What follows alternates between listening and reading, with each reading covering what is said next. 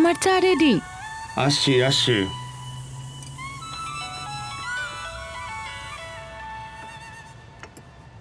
Hello, তুমি নিশ্চিত? ঠিক আছে, আমি এক্ষুনি আসছি। কোথায় যাচ্ছ? আজকে না তোমার অফ ডে? অফ ডে, কিন্তু আমাকে বেরোতে হবে, না হলে কোনো প্রোটেকশন ছাড়াই বেরোবে? ওদেরকে খবর দিতে গেলে দেরি হয়ে যাবে। তুমি চিন্তা করো না, আমি সাবধানেই থাকবো। কিন্তু কোথায় যাচ্ছ সেটা তো বলে যাও। গৌরীপুর। খবরদার, আর এক পাও এগোলে লাশ ফেলে দেব। আমার সন্তান 3 মাস পরে আমার কাছে ফিরেছে। আপনাদের জন্য আমি আর আমার সন্তানকে হারাতে পারবো না। আপনি আমার কথা শুনুন মা। আমি কোনো কথা শুনতে চাই না, আপনি চলে যান। একটু বোঝার চেষ্টা করুন মা। আপনার ছেলেটি অনেকদিন মানব পাচারের ক্যাম্পে আটকে ছিল। ও যদি তাদের সম্পর্কে কোনো তথ্য দিতে পারে, তাহলে আমরা হয়তো এর পিছনে দায়ী পুরো চক্রটাকেই ধরতে পারবো। আপনি কি চান না আপনার ছেলে যেভাবে আপনার কোলে ফিরে এসেছে, ওরাও তাদের মায়ের কোলে ফিরে যাক, আর এই নরপশুগুলোর শাস্তি হোক?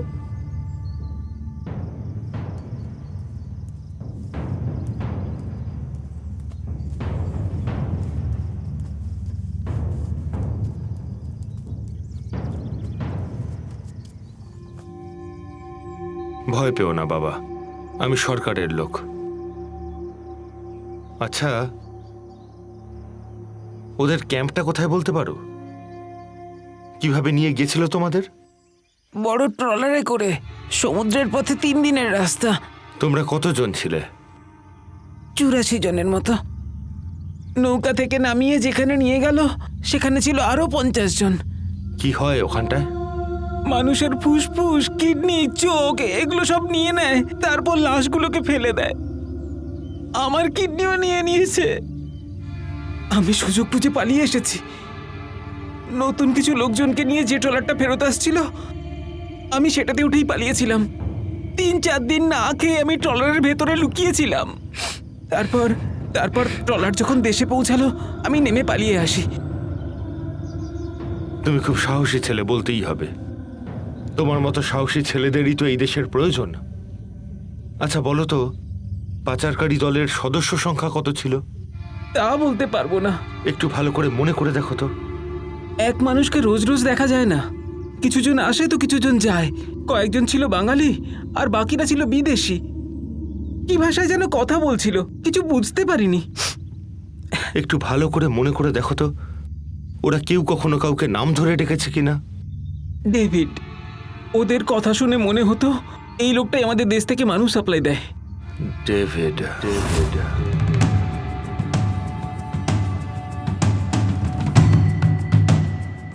স্যার, ভাস্কো গ্রুপের নেটওয়ার্ক এখানে কে চালায় আমি কিন্তু জেনে গেছি। লোকটার নাম হচ্ছে ডেভিড। আরো কিছু গুরুত্বপূর্ণ ইনফরমেশন ওর সম্পর্কে আমি পেয়ে গেছি। স্যার আমি এমার্জেন্সি মিটিং অ্যারেঞ্জ করছি, আপনি তাড়াতাড়ি চলে আসুন। ওকে, থ্যাংক ইউ।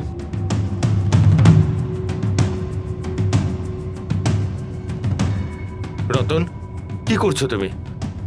তোমাকে না আমি অনেকবার বলেছি যে গাড়ি চালানোর সময় মোবাইল ব্যবহার করবে না। Sorry sir. স্টুপিড।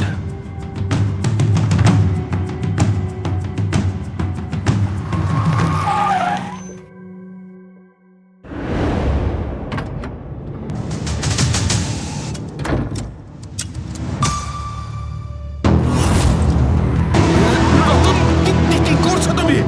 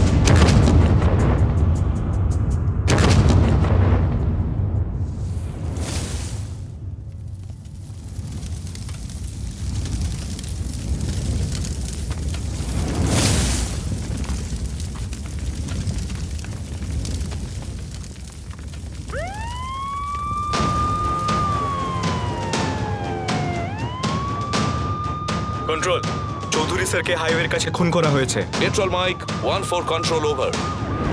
আপনারা তাড়াতাড়ি স্পটে পৌঁছান। কিলার যেন কোনো ক্রমে বেরিয়ে যেতে না পারে। যেভাবেই হোক কিলারকে ধরতেই হবে। মানব পাচার প্রতিরোধ কমিশনের প্রধান বীর মুক্তিযোদ্ধা আসার চৌধুরী কিছুক্ষণ আগে একদল দুষ্কৃতীদের হাতে মারা যান। এই ঘটনায় আমরা গভীরভাবে শোকাহত। এই সূত্রে আরও জানা গেছে যে শহরের রাজপথে একদল সন্ত্রাসবাদী তার উপরে অতর্কিতভাবে আক্রমণ করে। আমরা ও দেশের জনগণ চায় সন্ত্রাসবাদীদের গ্রেপ্তার করে আইনের আওতায় আনা হোক। দর্শক, আমরা এখন তার পরিবারের সঙ্গে যোগাযোগ করব, জানতে চাইব তাদের প্রতিক্রিয়া। আমার বাবা ছিলেন একজন বীর মুক্তিযোদ্ধা। তিনি চিরকাল দেশের জন্য কাজ করেছেন। আজ সেই দেশের মাটিতে সন্ত্রাসবাদীরা তাকে প্রকাশ্যে খুন করলো। আমি আমার বাবার মতো হাজারজন দেশপ্রেমের দিব্যে দিয়ে বলছি, সেই সব সন্ত্রাসবাদীদের ধরে শাস্তি দেওয়া হোক, এ দেশকে কলঙ্ক মুক্ত করা হোক।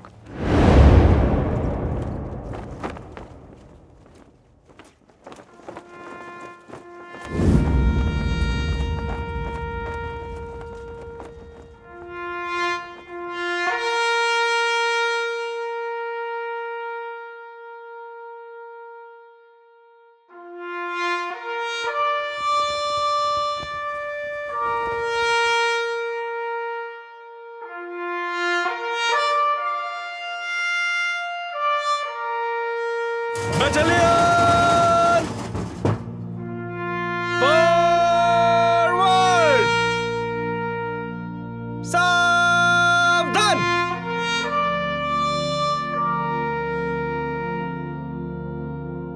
শ্রদ্ধেয় বীর মুক্তিযোদ্ধা আসাদ চৌধুরীর সম্মানে রাষ্ট্রীয় সেনা